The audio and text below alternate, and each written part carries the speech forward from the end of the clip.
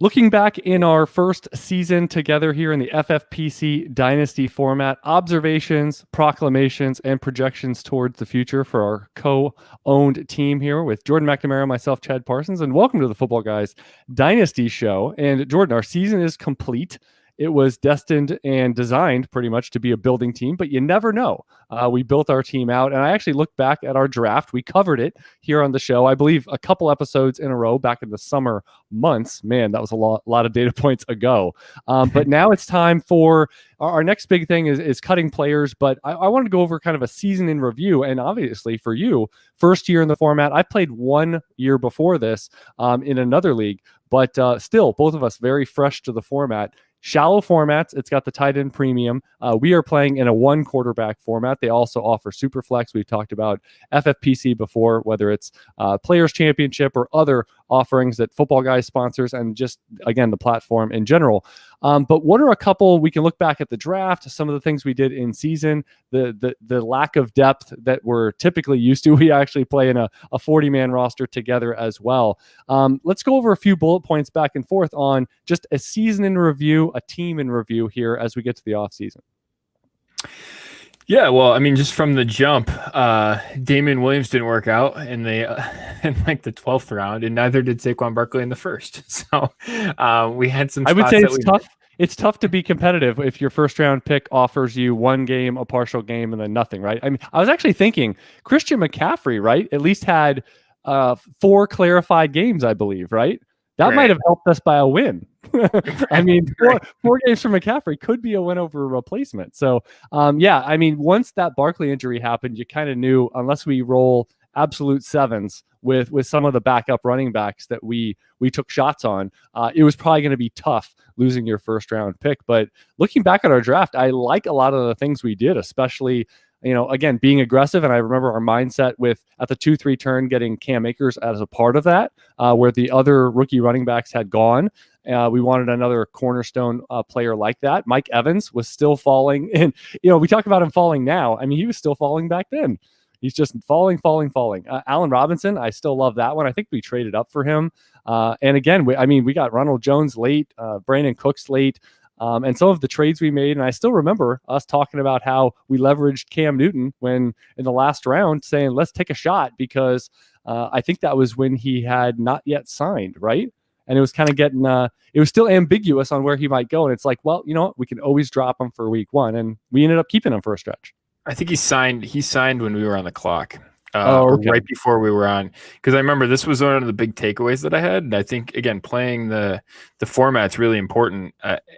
This is one in particular where you have kicker and a defense, and we were picking, I think we had the last pick in the draft. And so one of the things that I actually picked up from this was, again, this is you're picking in the 20th round, so a lot of it's low probability stuff, but you can increase your odds by optimizing a little bit. And again, you do that thing, you do margins. Those.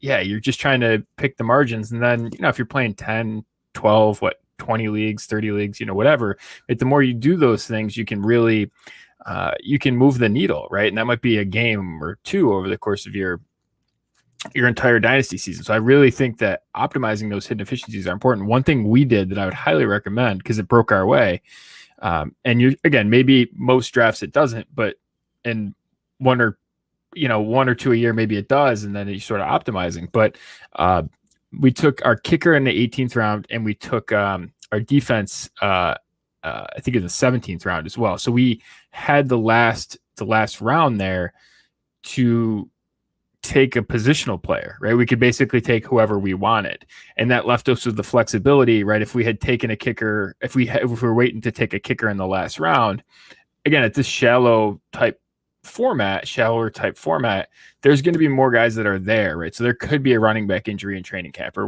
whenever, we were sort of into that part of the year where there could have been things that happened that caused value changes.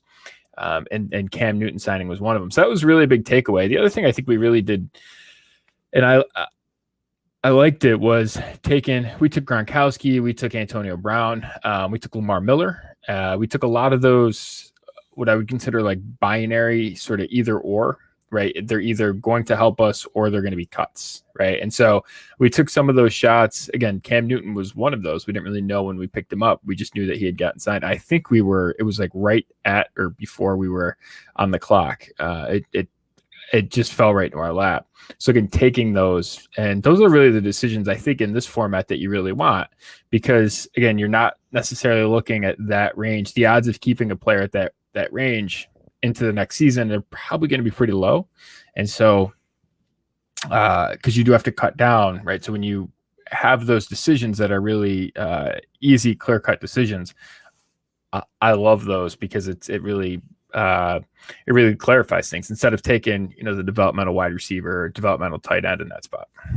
Yeah, and I believe we talked about that, and I think it's worthwhile of any depth, the final roster spots, you have to take that assumption that soon, and that could be weeks after with waiver runs, that could be week 1 if things are frozen with roster spots and movement until then, but at some point soon, and then we kind of talk about that at the end of seasons as well, because if things are frozen until rookie draft time, well, you want to have some skin in the game. You want to have options and chances to maximize those spots so they turn into keeps. And we kind of talked about that. And you put some good examples of Gronkowski, Antonio Brown, Cam Newton, those types where you say, if we cut them, it's fine. Honestly, we're going to churn out a ton of spots because you have to cut players by the next offseason anyway. This is not a static environment for your roster. So I think it's really important to say, if that's coming in a few weeks, you have to say, who can I take a shot on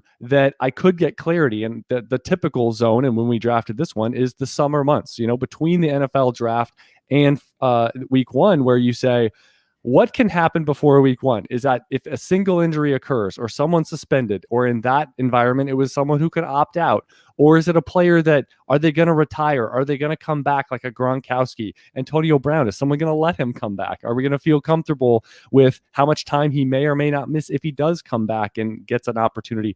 All these, does Cam Newton get signed? So these are the types of questions that you just have to go in to those final few rounds, especially knowing, I'm likely going to cut all of these players. I may keep 1 or 2. I want to make sure all of them give me an opportunity and a probability chance, realistically, to become 1 of the or 2 of those players. And again, this is something that, yes, you can put into action now. It's more applicable, in my opinion, in the summer months when we were drafting. But especially with shallow leagues, you have to know the value of the waiver wire. And that's something that I looked at our final roster and we got Justin Herbert off the waiver wire. Now, again, that's not commonplace if you're in, say, 25, 28, 30-man rosters. But that is the case in a 20-man or 18, maybe 22, where if he was a third-round rookie pick, let's say, that's really tough to hold. A secondary quarterback is tough to hold for very long at all. So you really have to keep your eyes open. And I think one thing that we did is, let's churn. Let's take advantage. If there's a running back that, if they're not a vice grip backup to us, we really have to think twice about, should we hold them this week? Because there's someone else out there who benefits from an injury if it occurs this week. And obviously, more shallow, you need to have some upside there. It can't be the lowest ones out there in terms of upside. So you need to make sure the bang is worth your buck. Like, oh, I will start them if the injury occurs this week and I get clarity. But we also got Taysom Hill off the waiver wire of, that dynamo that could be that rushing Konami code and a quarterback 1.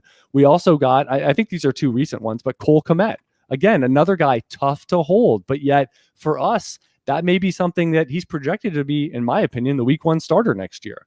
And so there's upside there. Gerald Everett is another one, free agency in the offseason. If he doesn't go somewhere we like, if he doesn't get the free agency NFL love treatment, then we can just move on. He can be one of our cuts, or he can be one that, about rookie draft time, he doesn't make our final roster going into week 1 or the summer. So there's a lot of moving pieces there.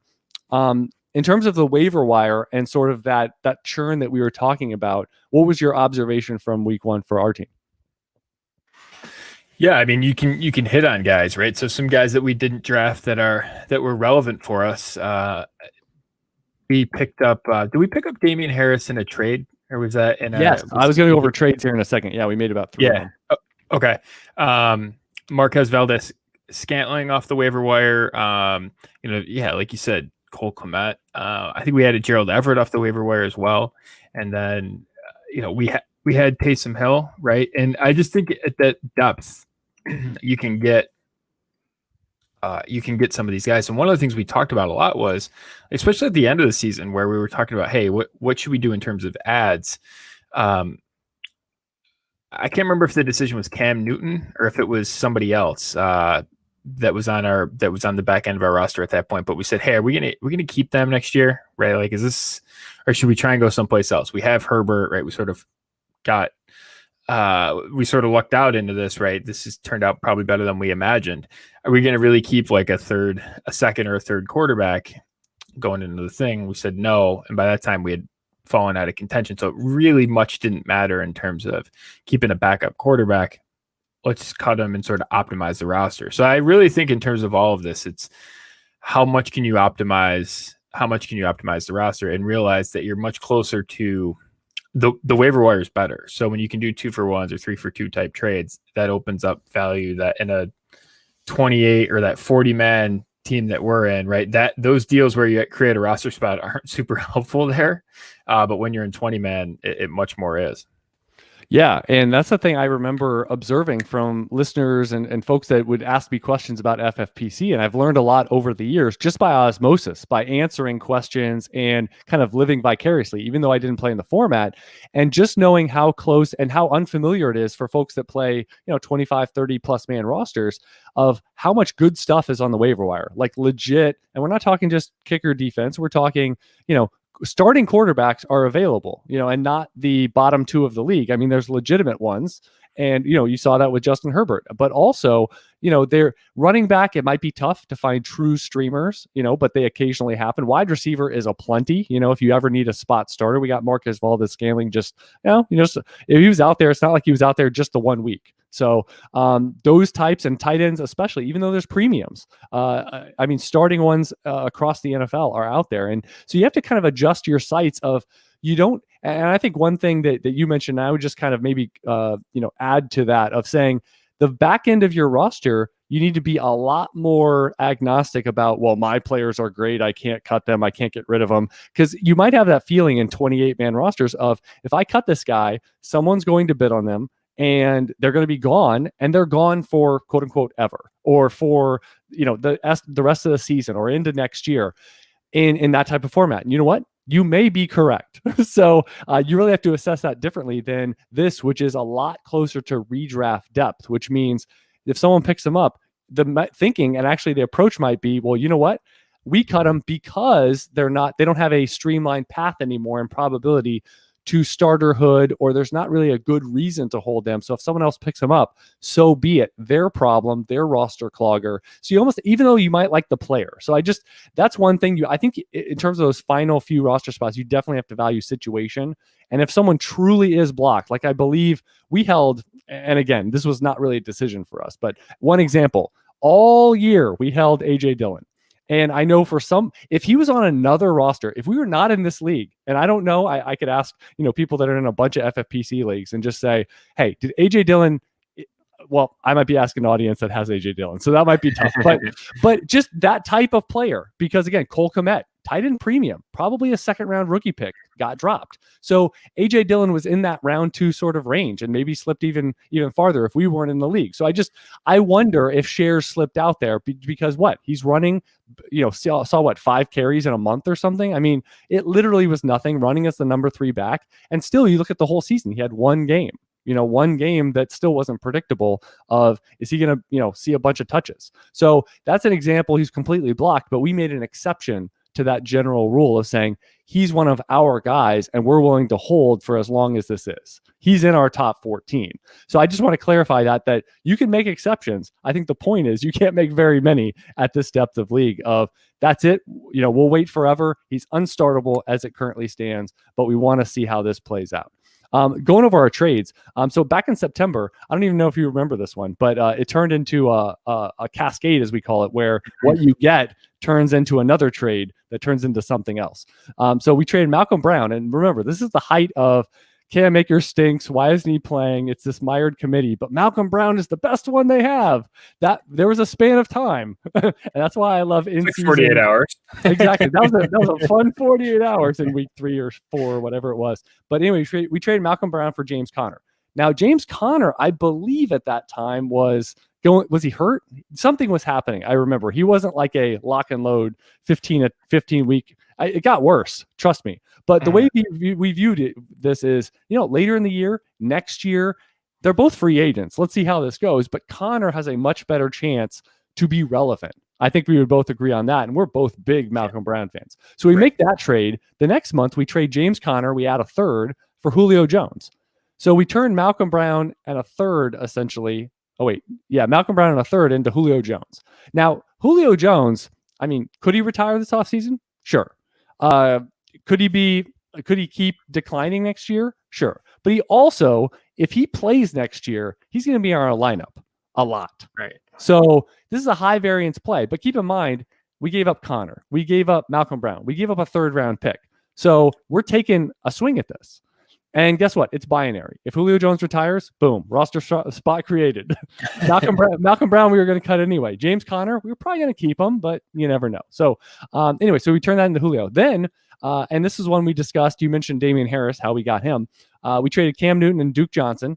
And one thing I mentioned at that time was Duke Johnson, they have no dead cap on him. So a team that really needs cap in the offseason, the Houston Texans, I don't know why they'd keep Duke Johnson for $5 million. Does he restructure? Does something happen? Does he stay there? Maybe. But he's still going to be behind David Johnson unless they cut him. So who knows what happens.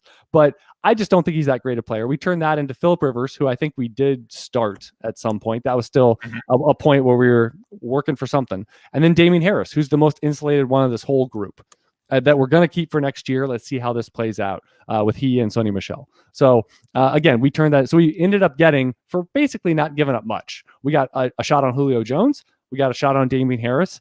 And we consolidated some spots here and there. And we lost a 3rd round pick, which in this format, a 3rd round pick isn't meaningless, but it certainly isn't an auto keep player for very long into the rookie season, depending on who you pick. Yeah, and it's funny when you look at those cascades, especially when they take place over time, sort of how the values move. And one of the things I'll say, I think there are some times where we'll run into questions or just see strategy discussion, and folks will or be in negotiations with somebody else, and you'll see a trade or you'll see someone that's recently acquired a player. You might make an offer for that player, and the opposing GM might say, I just traded for him, I'm not going to trade him. Right. I think that's actually the worst approach, because you don't know, like, you could actually turn a profit without having any risk. Right. I mean, the classic example of this is, you buy for a second and someone wants him for a first and he'll pay you. It's uncommon, but right. That's a free profit. You have done basically, you've acted as a middleman. That's a really good arbitrage opportunity. So yeah, what's that game where you turn like a thimble and you trade that into something and eventually you end up with like a trailer in Nebraska? I can't remember what that game is called or what that exercise is, but you keep trying to upgrade. It's like when Dwight did it in the office, right? And he ends up with the magic beanstalk. The yard sale. He was obsessed with how did those get there? Right. Obsessed with the magic beans. Right. Yeah. And what's interesting, I've had the same reaction you have, which is you inquire about that, especially if you see a trade go down and you're like, oh my God, what a sell low. And then you try to offer more, or, right. You make the sidebar comment where you're like, I would have given, why didn't you make an offer to me? I would have given you more than that. And obviously that makes them not feel very good, but it's like, hey, you didn't shop them. You literally negotiated or didn't this one deal. So yeah, the middleman concept, I mean, you should definitely be open to that, right? I mean, I got something for free and, I just, it's a pass through the night and boom, I got an extra pick, or I got a clearly better player in my opinion, or something like that. Yeah. Is there one thing that, whether you kind of look back at our draft or maybe a trade we made or anything like that, where you say, I think this is non-optimal. This is a learning point of, again, not really living in retrospect of, we know the result now, but kind of looking at what the process was, when we made said decision. We went Rager over a couple of guys we probably shouldn't have. In hindsight, we went Rager over Lockett. We went Rager over Will Fuller. Probably would rather have those ones back. I will say, like, in the in the middle rounds, I think we did.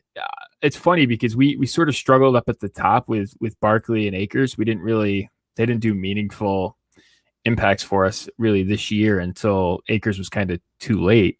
But I think we did well with Evans and Robinson. And then I think in the middle rounds, we actually did pretty well. It picked off, like you sort of look through some of these. We missed on Dylan so far. We'll see. But we took Ronald Jones at the end of the 8th round. That's after we had actually taken Madison and Dylan, right?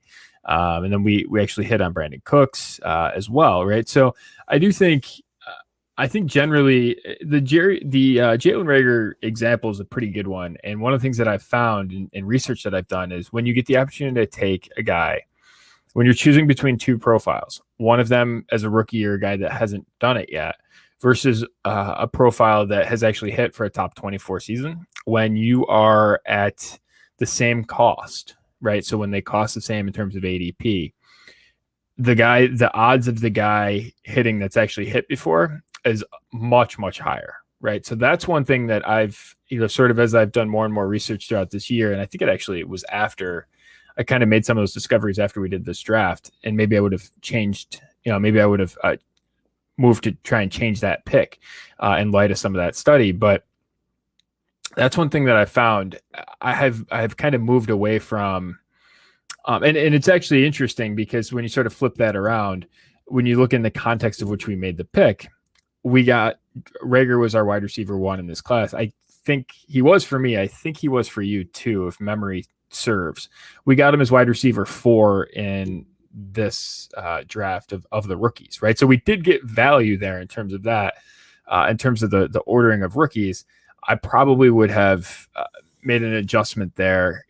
I know you thought more highly of the Philadelphia offense than I did. I had higher hopes for it than it turned out to be. So we'll see how that whole situation boils out. But that's probably like that's probably like one of the big mistakes that we made in terms of if I had it back, I probably would have changed that. So yeah, and that's a good point also, because Lockett, I mean, now again, retrospect, he just set the record, right?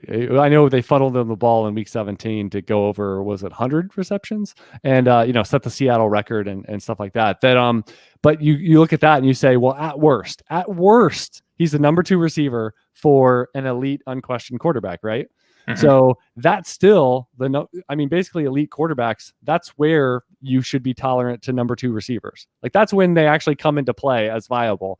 And certainly that Seattle offense with questions at tight end, wide receiver 3 and beyond. I mean, so it really could have funneled the 2 guys, which it actually did this year. And yeah, that was something where Lockett wasn't a big flashy name. And that's partly why he was going in that range, and not 2, 3, 4 rounds higher, was because of all those things. But yeah, I mean, that whole repeat factor of once you've done it, especially at wide receiver, your odds shoot up, and it's higher than, like you said, incoming rookies statically and natively, on what, their probabilities are.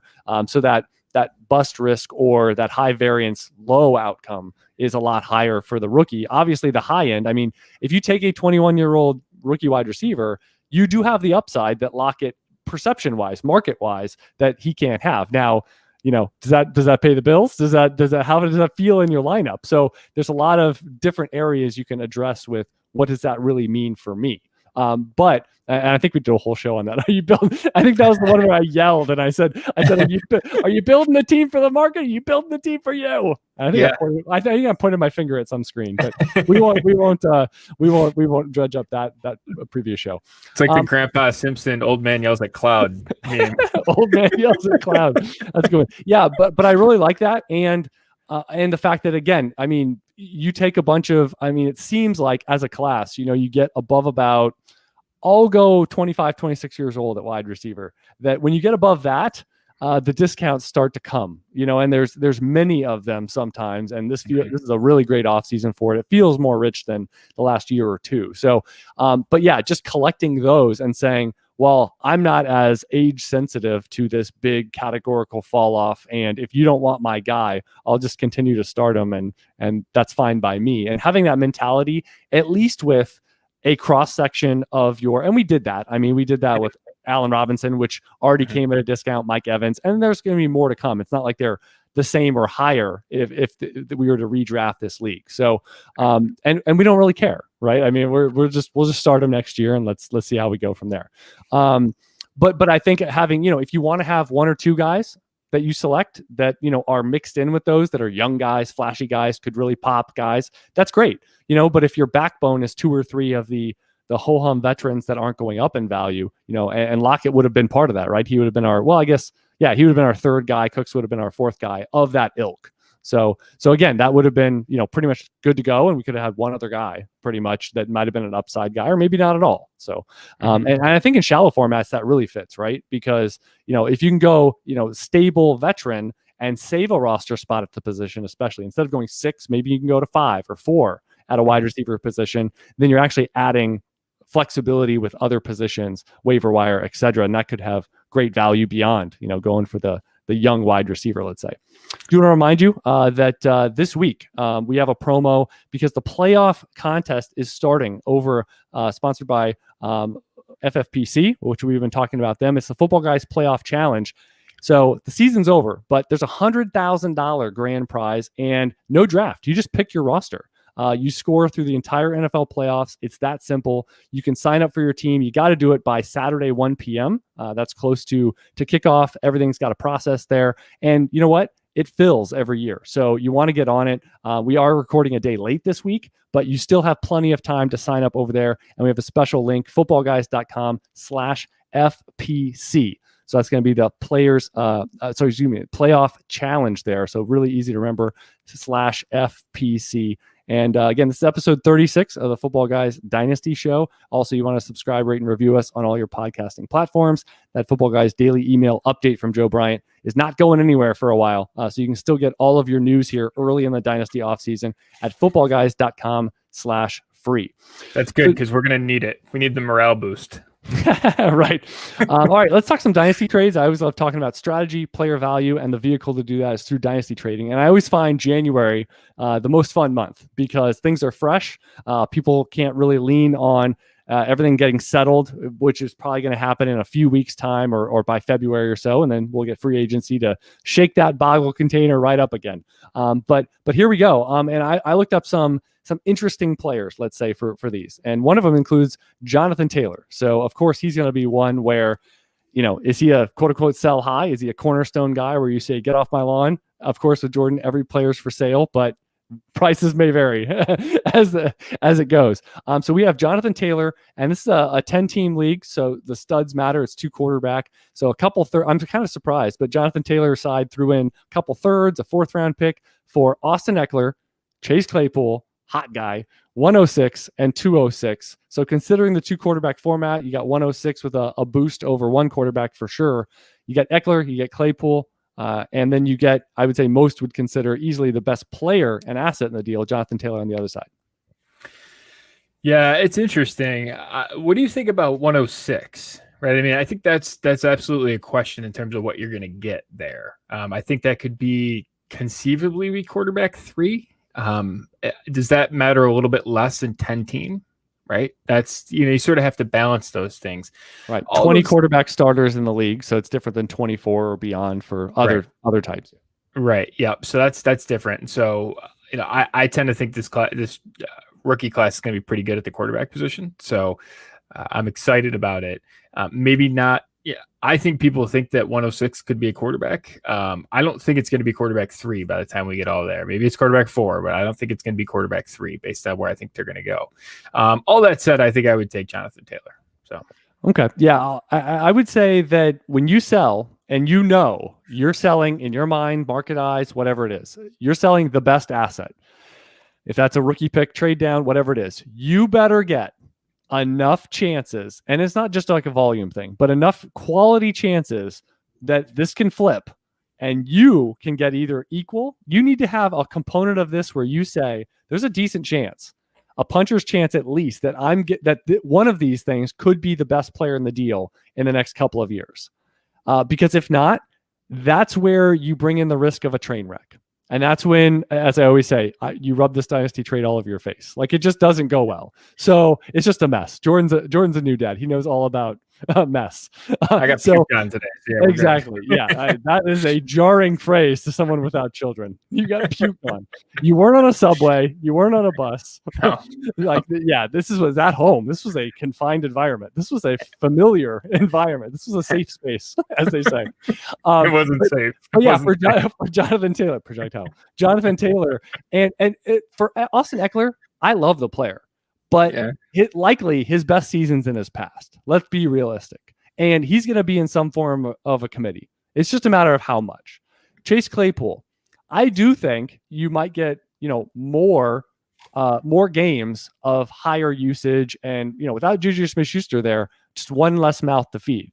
But to pretend like Ben Roethlisberger is going to be around for the long haul, they could be searching quarter. So there are variables there. But Claypool, could he approach high, top 15, 20 overall? It's possible.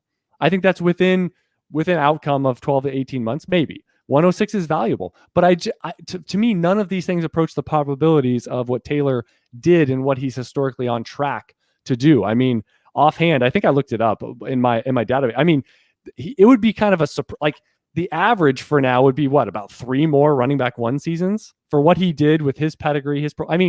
He is on a very strong track now at 22 years old to have this run of the next 3 or 4 seasons of doing really good things, barring injury, barring something unforeseen. He's on a really good track, and you're giving that for Eckler is not going up, so he's going to be a falling knife guy. And again, using him in your lineup, that's all great. Claypool could work out. 106 could work out. The quarterback thing in 2 quarterback but 10 team, I think you have less margin to actually hit on the best player in this deal from 106 if it's a quarterback. So I think that's going to be, a point that might be different in a 12-teamer or beyond. So that's another thing to consider. But yeah, again, I think that, and especially the adding the picks part, that's the thing that really got me, because those are valuable picks. That's 22 overall and 25 overall in a 2 quarterback format.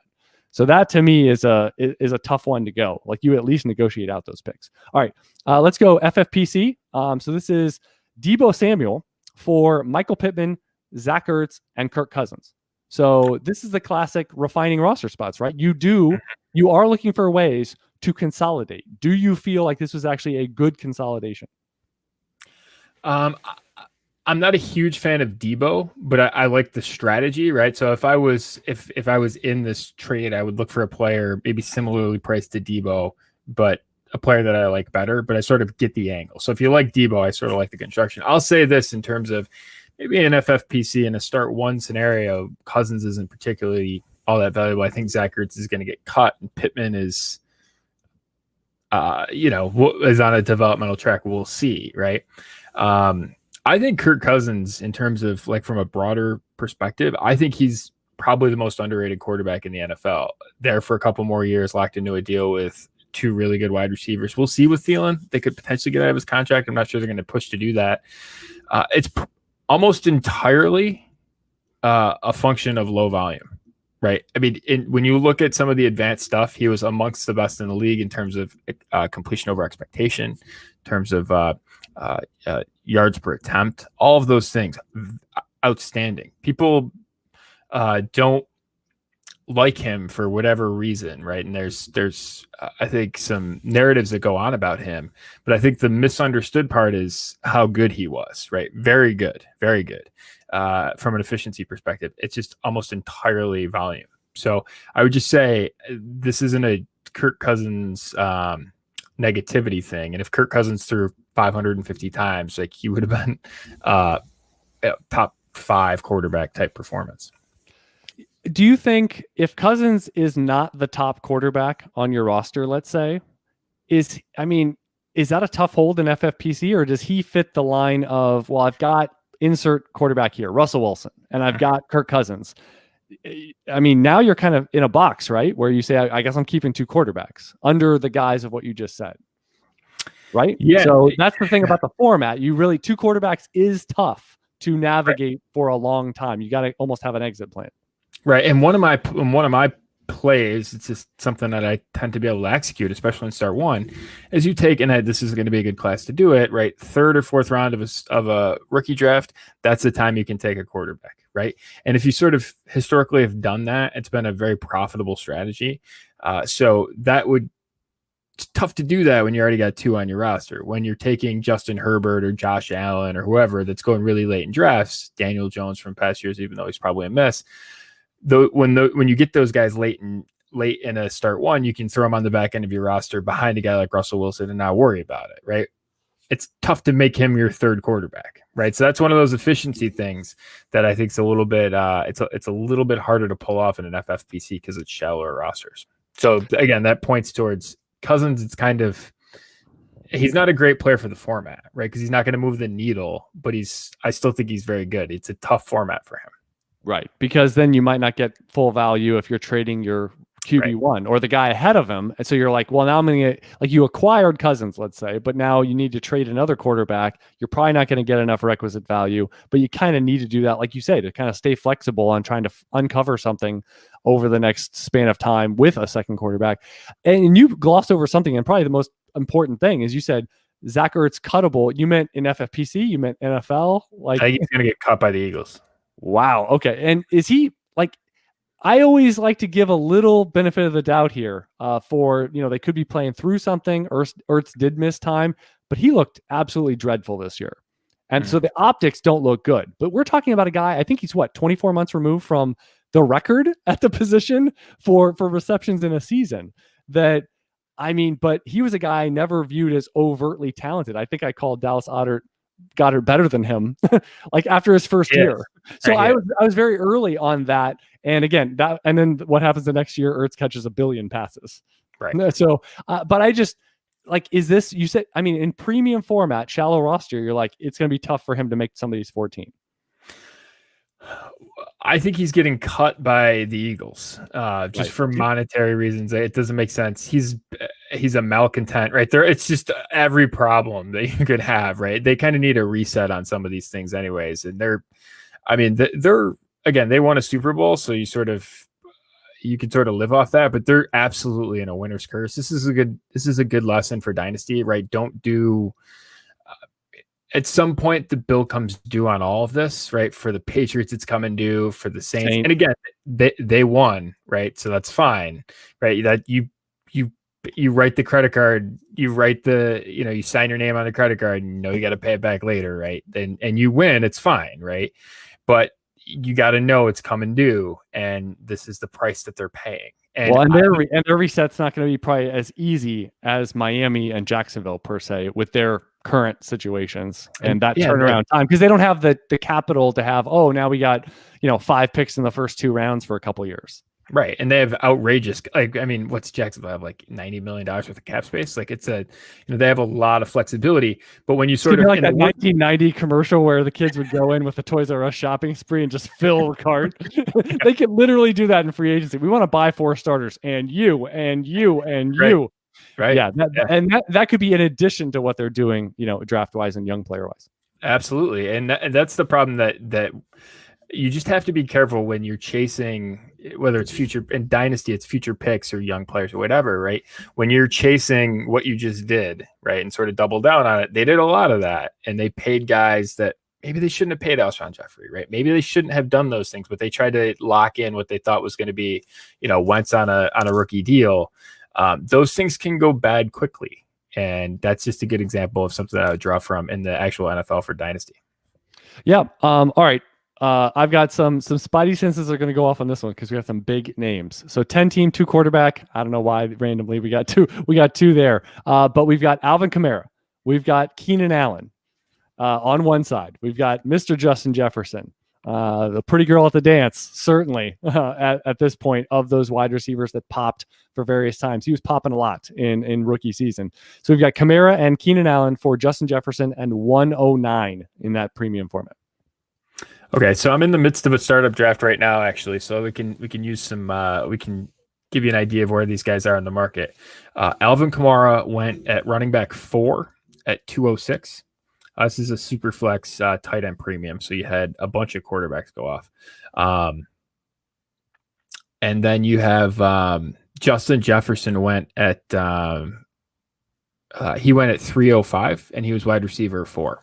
So about a round difference there in startup. I think that's probably I think think the ordering of where they are in the position is certainly fair. Maybe it gets a little bit closer in terms of some other leagues. I'm surprised there was that big of a gap between the two of them. But so I would say just in terms of market value, you got Kamara ahead of him.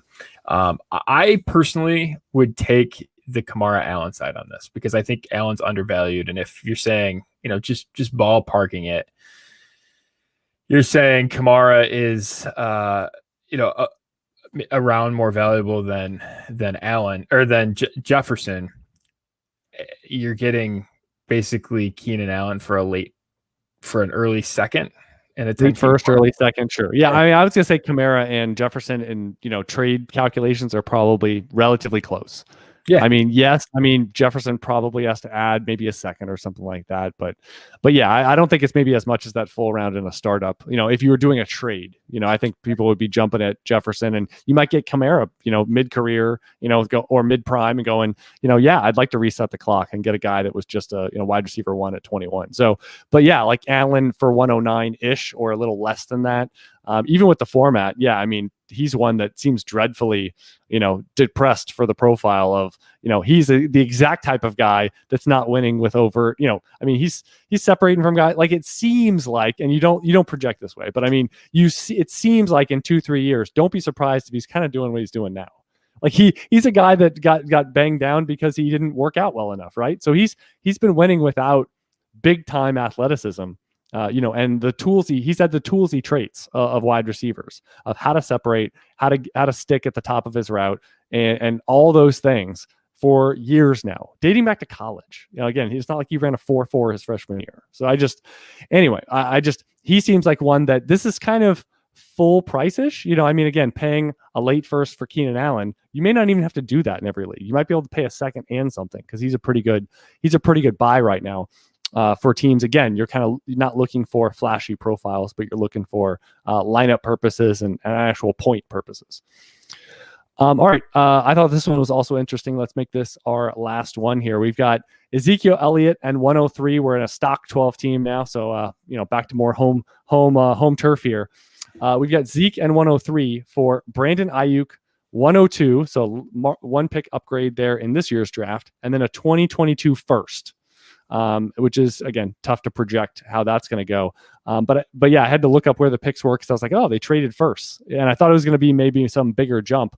But Zeke has been one of those falling, ugly profiles that it seems like if you're selling him, you better be discounting relatively heavily because he's a pretty ugly sell attempt for just general market interest right now with how the last 3 months of the season transpired.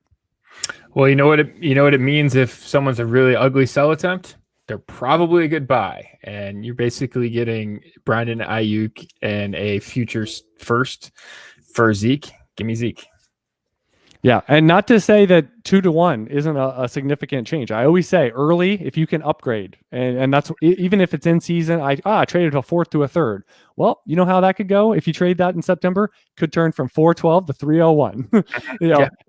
And yeah, you could roll snake eyes, and it could be 401 to 312. That's possible, but you got a chance. And again, inching your way up the board is a classic strategy of doing it. Now, typically you do it with more flip guys and things like that. So this isn't one of those. But yeah, 3-2 not being, and again, super flex. I mean, obviously if Lawrence is going 1, 2 means you have the pick of everybody else. And obviously 3, you have one more player off the board, but that could be important. You could have a round 1 running back go into a great situation. There's a number of things that are at play that shift this. But essentially, getting it for Ayuk, who I really like. Zeke, though, is one of the big buys. But I would guess in the market, a lot of people have Zeke and Ayuk closer than we do. I think that would be an accurate statement. And Ayuk, to be fair, I'm actually surprised to see this a little bit because he's one of the guys getting lost a little bit amidst other flashier names, or they did it for more games this year. But Ayuk, in a typical year, he could absolutely have been the go away easiest, highest producing rookie wide receiver of a class. He just wasn't really close, and he had a pocket or two, but man, you look at what he did with essentially a carousel of quarterbacks, and none of them, all too stable or good. And I've already seen some mocks with quarterback being in the crosshairs for the 49ers. So we'll see. It seems like fingers crossed, Jordan, that Jimmy Garoppolo may be a figment of the past for the 49ers passing game. And that would be good news all around. I think they can get out of basically their entire dead, like the dead cap is almost minimal at this point. If they do want to move on. So we'll see. What's our go-to line with Garoppolo?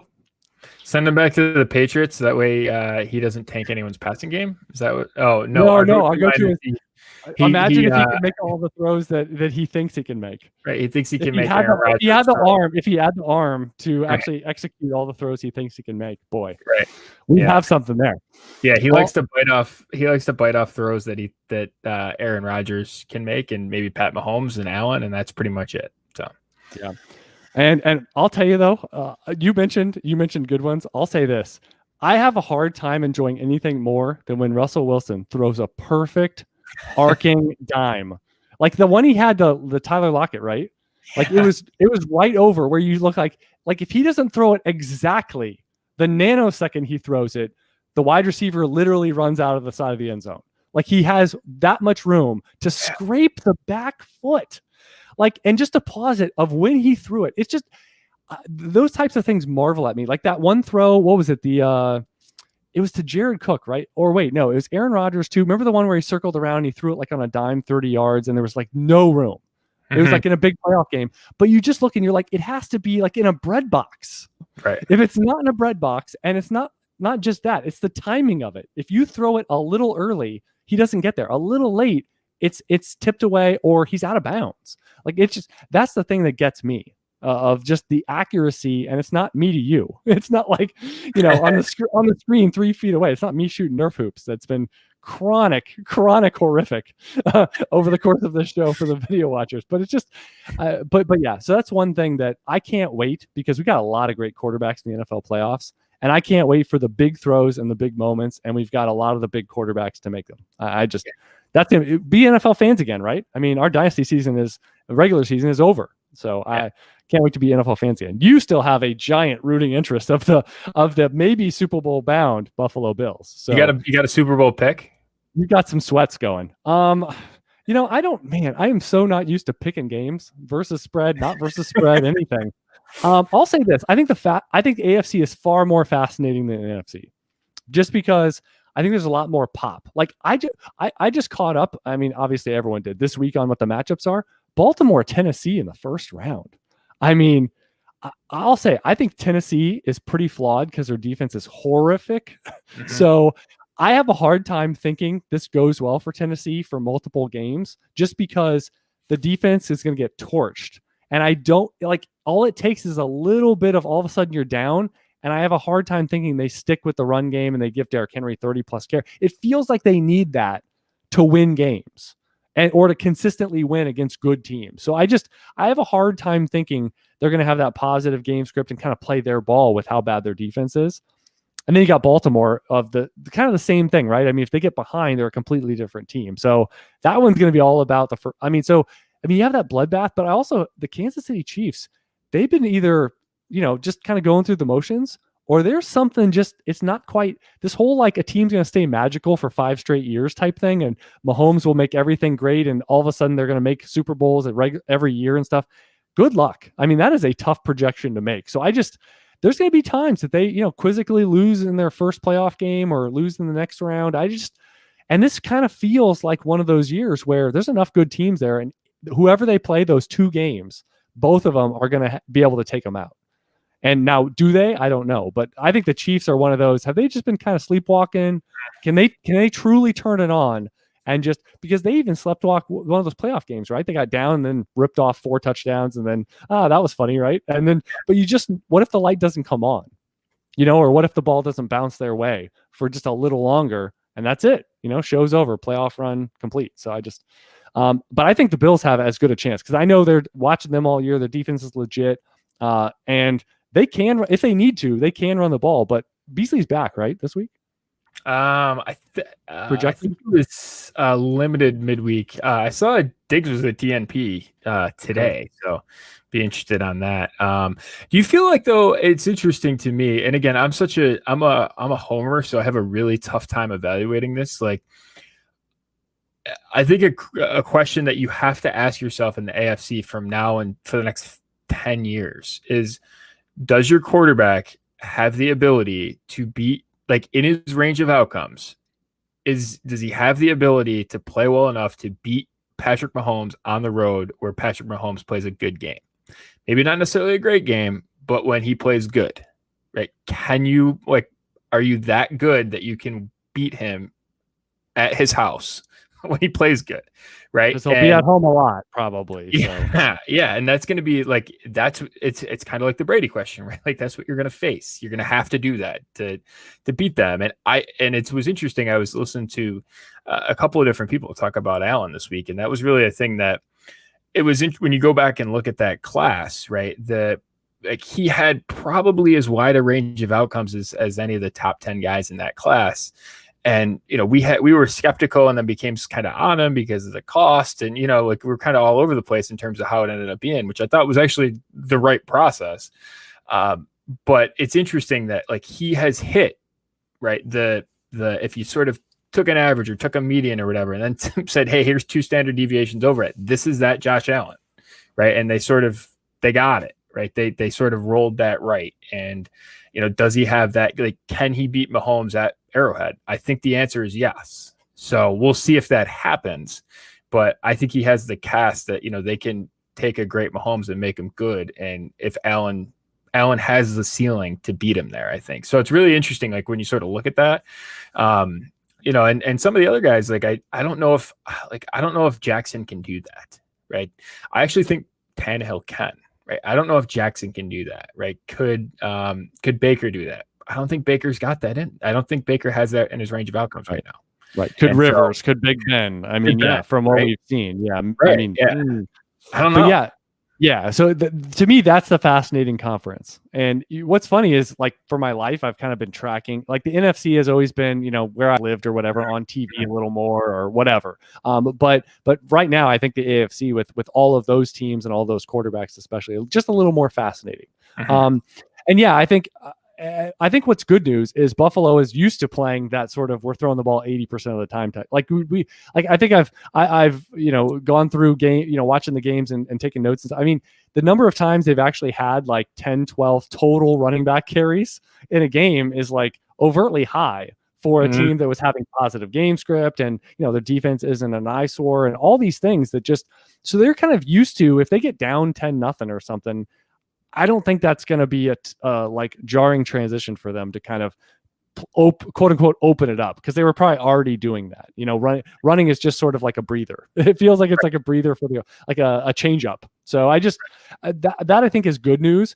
And but I think with Josh Allen, we're still gonna have that question in the playoffs of, because he had that one, was it the last playoff game he had? Yeah. That one where he had that complete yeah. So until he does it, sort of, maybe multiple times or a whole postseason without having a true clunker. Or if he doesn't do that. Yeah. Quarterbacks are going to have that question, I think, until otherwise. And Lamar Jackson is going to have that, well, can you play catch up? Can you play traditional quarterback where it's not the run game dynamic and all that stuff? So until you do that, I think it's going to be tough to get that monkey off your back. And they both are going to have that moniker, this year. And I'm sure they're going to get multiple chances to prove or disprove that theory or that building transition there. So I just, so that's, I guess I would go see, I was just talking to someone today that if you gave me the field versus the Chiefs in the AFC, I would definitely take the field. Mm-hmm. Just because, again, you're going to get multiple cracks. So I think that's the prudent play. It's kind of like Tiger Woods of the field, like at his peak, right? You take the field, even though you're like, wow, it feels hard to bet against him. But so I would take the field. If I had to take one, I think the Steelers are pretty, like, very small range of outcomes. I just don't trust Phillip Rivers enough. Like, if they don't get to do it, and their defense is sneaky exposable. Like, I know everyone talks about how they're great. They have trouble getting home. And the reason you have these teams that kind of gut them in the second half is because they can't force big plays. It's, tackle them right at the spot, tackle, limit. But eventually these long drives come. So I think they're going to get beat in their first couple games for sure. I don't think they're a legit contender. Because Phillip Rivers, like you drop him back 50, I just don't think that's going to go well. You don't think he has like a high upside game in his range of outcomes? Like but on an average or a median or whatever, like he can't beat Mahomes that often. But I don't think the peak can beat a B or B minus game from Mahomes. No. Okay. So that's going to be a stick point, and I don't think he can beat a B or B minus game from Josh Allen. So that's going to be tough for me. They could win a round, but so I'm going to go. I'm gonna jinx the Browns. I know they're kind of set up, not in a good position from the get-go here. And I also think, betting on a first-time quarterback in there, yeah, good luck. So I'll go with your Buffalo Bills and jinx them all the holy. Yes. They're gonna get blown up by like 3 scores at home on Saturday at 1:00, right? Like that's Steve Carroll in the office. All right, and then the AFC. What is your pick there? The NFC? NFC? Wow. Yeah. That's a mistake. I think, I don't know. I think it'll be interesting to see the Saints. Like, this is probably the end of the line, right? Like, this is probably the And they circle the wagons like the Buffalo Bills. Can they get there? Yeah. So here's the problem. Like, they have to go to Green Bay. Like, I think they need something to break, right? I got a hard time going against Green Bay. If you gave me the field or Green Bay, I'd take the field, but I think Green Bay is the most likely outcome. Yeah. And their defense, they're exploitable as a run defense, but how often do you really get to pound against them? Because you got to keep up. And Aaron Rodgers is playing just at a high level. He is absolutely trustable, right? In terms of, you're not probably going to get a C- game out of him. So you pretty much have to bring an A- game to have a decent shot. So, and the fact that now they have all these sort of dimensions, right? If they're up by 10 points in the second half, we've seen it. They could just go to AJ Dillon for about 10 to 15 touches, a completely different look than you've seen all, if you played them earlier in the year, you didn't see that, even if you played them. So there's a lot of different, and then they can go Aaron Jones, and they can go, a lot of satellite stuff, speed stuff. And obviously we see what he can do with even ancillary guys to Devontae Adams, make him look great and have career type years in games. So yeah, I think that's my pick. And the main thing is, that, if the Saints get them on the road, that's going to be, again, what have we learned over the years? If we learn nothing, Saints on the road, go the other way. Don't expect a B+ game out of Drew Brees on the road. It just is so unlikely. So who's got, if Rodgers has a good game, right? Good, not great. Who can beat him? Do you think Brees at this point in his career can beat him? I don't. Right? Does Brady have that in him? Right. I do want Tampa to go on a run just because I think they're a really great watch. Yeah. But man, I've seen them take off and look horrible for quarters and halves. And I don't think you have that luxury many times, if at all, in the playoffs. They have the luxury, I think, in the first round. But after that, I think they're going to play someone that is going to hurt you tremendously. And again, these defenses, especially got, Saints, Rams, Green Bay, they're going to provide pressure to Tom Brady. So we'll see how this goes. They've exploited some pretty easy matchups, but I have a win at Lambeau in his range of outcomes. He's sneaky decent. He's sneaky. It was kind of cool to watch him play and a mobile quarterback, because, Jared Goff is not that. And it was just a different dimension to the Rams offense. That was fun to see. And I still think back, it was like when John Wofford was kept, it was like, oh, they cut Blake Bortles, and it's like, it flew under the radar for super flex leagues. And Wofford was one of those clarified backups that was still out there. And I was like, oh, wow, he, they must really like this kid.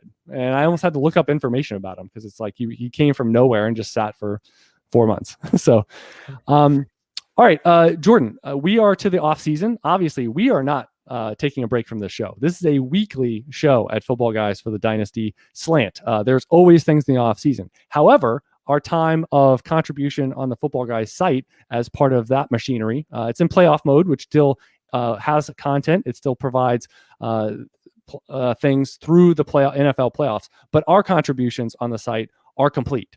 So where can folks find you and find what you're doing, what you're thinking about, what you're constructing and analyzing in the off season.